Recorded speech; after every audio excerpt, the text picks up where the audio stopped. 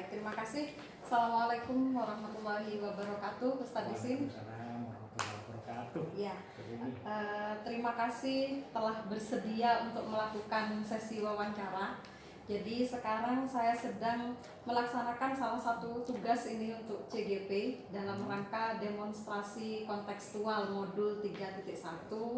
Jadi tugasnya adalah mewawancarai kepala sekolah, jadi terkait dengan pengambilan keputusan gitu, Ustaz.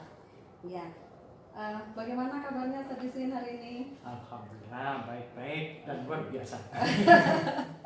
Ya, alhamdulillah, semoga selalu sehat ya, lancar puasanya Ustaz ya. Oke, ya kalau begitu saya akan memulai dengan pertanyaan pertama, Ustaz ya.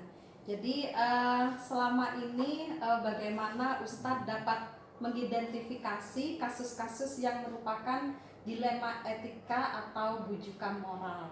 Ya. Jadi pendekatannya itu adalah tergantung kasus seperti apa jenisnya. Kemudian yang jelas kita akan identifikasi apakah itu nanti kaitannya dengan 8 standar di situ, ada beragam macam di situ. Iya. Kemudian apakah itu nanti kaitannya dengan struktur di sekolah? Katakanlah misalnya ada permasalahan dengan kesiswaan, maka di situ ada kalau di sini itu namanya tim karakter building atau bagian siswaan. Atau terkait dengan kurikulum itu bisa dengan tim namanya master learning. Seperti itu. Oh iya. Baik, jadi Ustadz mengidentifikasinya tadi berdasarkan 8 standar dan juga disesuaikan dengan struktur sekolah ya. Permasalahan itu terjadinya kaitannya dengan yang mana seperti itu. Nah, betul. Iya.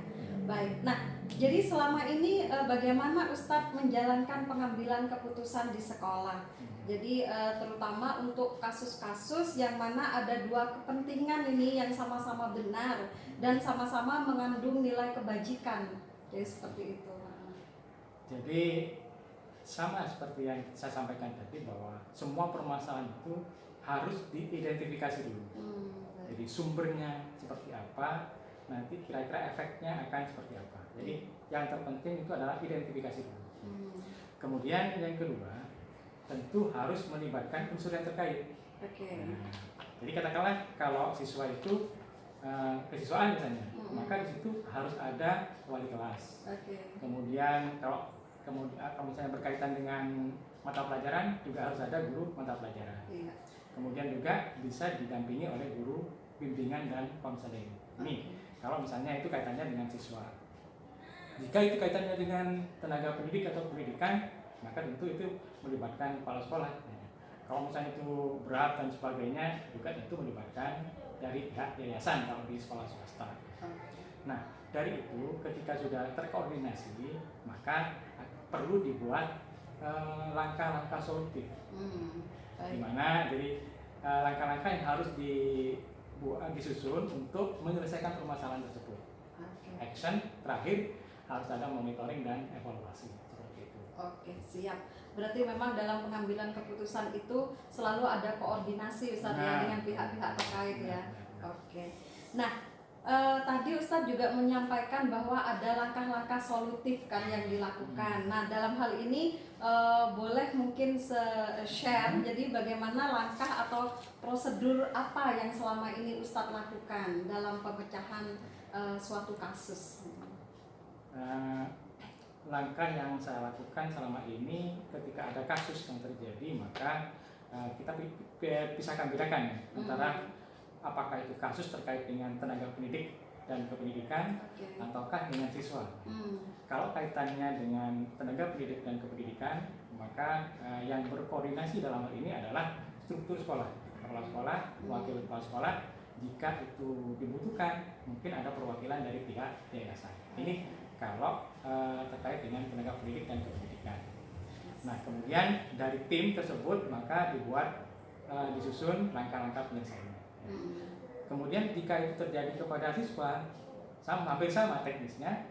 Jadi kita identifikasi dulu permasalahannya, kemudian kita koordinasikan dengan unsur terkait. Nah, wali kelas, guru mata pelajaran, kemudian guru bimbingan dan konseling. Nah, kemudian kita koordinasi di situ, kemudian kita pertimbangkan kalau siswa ini apakah harus melibatkan wali murid atau tidak, tergantung dari case atau kasusnya seperti apa. Nah, dari situ baik itu permasalahan guru siswa, tetap kita akan menyusun langkah-langkah penyelesaiannya. Kemudian kita juga berpikir ini efeknya seperti apa. Jadi tindakan atau action kita itu tergantung kira-kira imbasnya itu besarnya seperti apa. Nah, langkah selanjutnya baru kita evaluasi seperti apa. Oh iya, baik. Jadi memang perlu pemisahan dulu ya. Benar. Jadi langkah atau prosedur itu nanti akan mengikuti ini merupakan kasusnya siapa. Jadi seperti itu untuk mengetahui siapa yang terlibat di dalamnya dalam pengambilan keputusannya. Oke. Baik, luar biasa sekali. Nah, poin berikutnya adalah hal apa saja yang selama ini Ustadz anggap efektif dalam pengambilan keputusan, terutama yang terkait dengan dilema etika. Jadi di mana ada dua hal yang sama-sama benar ini yang terjadi gitu. Ketika ada hal yang seperti itu, ini kan sebenarnya kan sama-sama ingin sama-sama ke arah kebajikan. Iya, Ya. betul. Jadi kalau menurut saya itu kita harus kedepankan semangat bagaimana mendorong atau mendukung keberhasilan siswa dulu. Nah, kita tujukan, kita kuatkan kepada prestasi siswa. Iya. Kemudian baru belakangnya.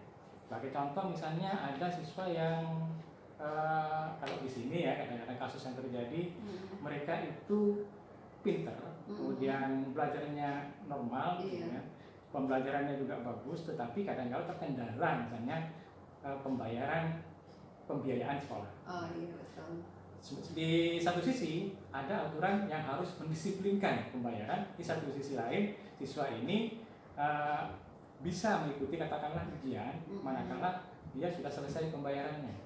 Nah, ini kan ada suatu permasalahan yang perlu kita koordinasikan. Nah, ketika terjadi seperti itu, misalnya siswa ini sudah siap ujian, tetapi dia masih belum siap pembayarannya. Nah, kita akan mengundang pihak terkait. Yang jelas itu terlibat kepala sekolah, wali kelas, kemudian juga wali murid.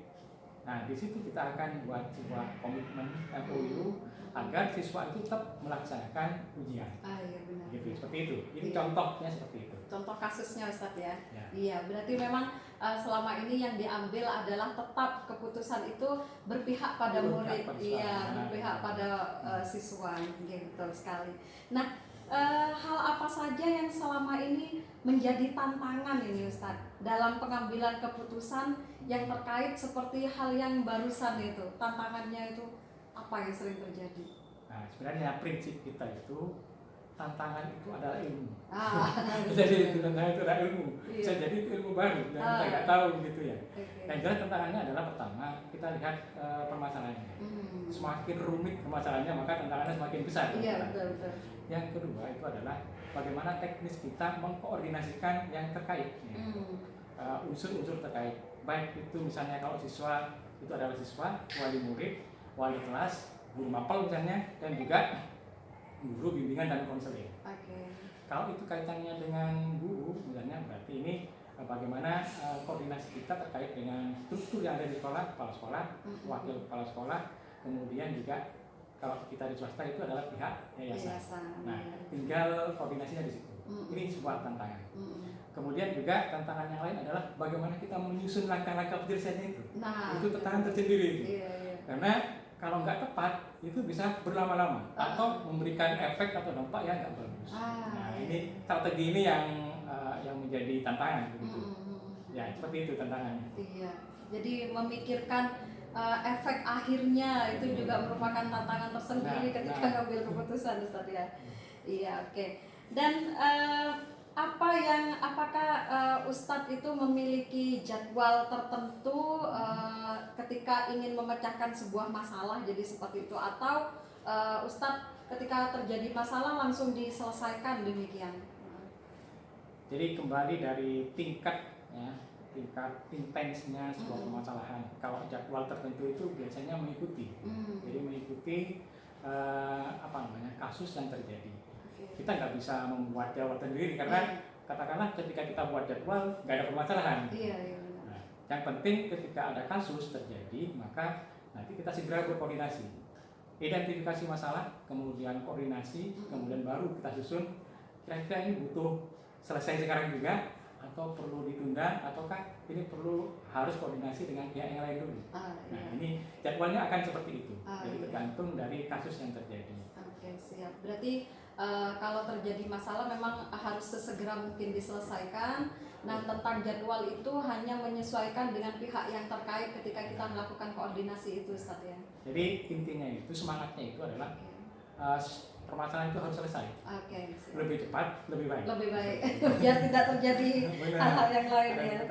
Iya, betul. Nah, kira-kira ada apa tidak seseorang atau faktor-faktor apa yang selama ini bisa mempermudah ya, jadi atau membantu Ustadz dalam mengambil keputusan seperti itu? Sebenarnya yang menjadi kemudahan itu ketika semua itu dalam kondisi yang kondusif. Ya. Katakanlah misalnya ketika siswa kita bisa siswa itu dengan enak diajak bicara, diajak ngomong gitu. Ketika kita berkoordinasi dengan wali murid misalnya, wali murid itu juga memahami ya, bahwa kita akan menjelaskan sebuah permasalahan. Sehingga itu yang menjadi mempermudah faktor mempermudah penyelesaian masalah. Demikian juga dengan guru-guru misalnya, jadi memahami permasalahannya, kemudian juga punya pandangan untuk solusinya. Nah, ini seperti itu. Dan yang terpenting juga adalah ya musyawarah, ya diskusi. Nah, saling curah pendapat terkait dengan solusinya. Nah, ketika itu terjadi, semuanya akan mudah. Baik Ustadz. Terakhir nih Ustadz, dari semua hal yang telah Ustadz sampaikan tadi, pembelajaran apa yang Ustadz petik dari pengalaman Ustadz sendiri ketika mengambil keputusan terkait dengan dilema etika itu? Jadi pembelajaran yang bisa kita ambil adalah bagaimana strategi atau teknik kita dalam menyelesaikan sebuah masalah. Itu pembelajaran sendiri. Semakin rumit maka akan banyak pelajaran yang bisa kita ambil. Yang kedua adalah soliditas tim. Jadi koordinasi antar elemen, baik itu koordinasi di dalam sekolah maupun ketika harus berkoordinasi dengan unsur luar, katakanlah wali murid ataupun misalnya ada unsur lembaga di luar yang harus kita libatkan.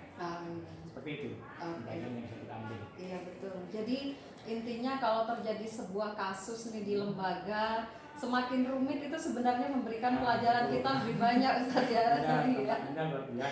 Iya, kita bisa belajar memang dalam hal itu. Betul. Soliditas tim juga merupakan poin penting yang harus ada di dalam sebuah lembaga. Oke, baik, terima kasih banyak Ustaz atas waktunya sudah berkenan untuk diwawancara. Selamat melanjutkan pekerjaan lagi. Sama-sama, terima kasih. Iya, baik, terima kasih. Assalamualaikum warahmatullahi wabarakatuh. Waalaikumsalam warahmatullahi wabarakatuh.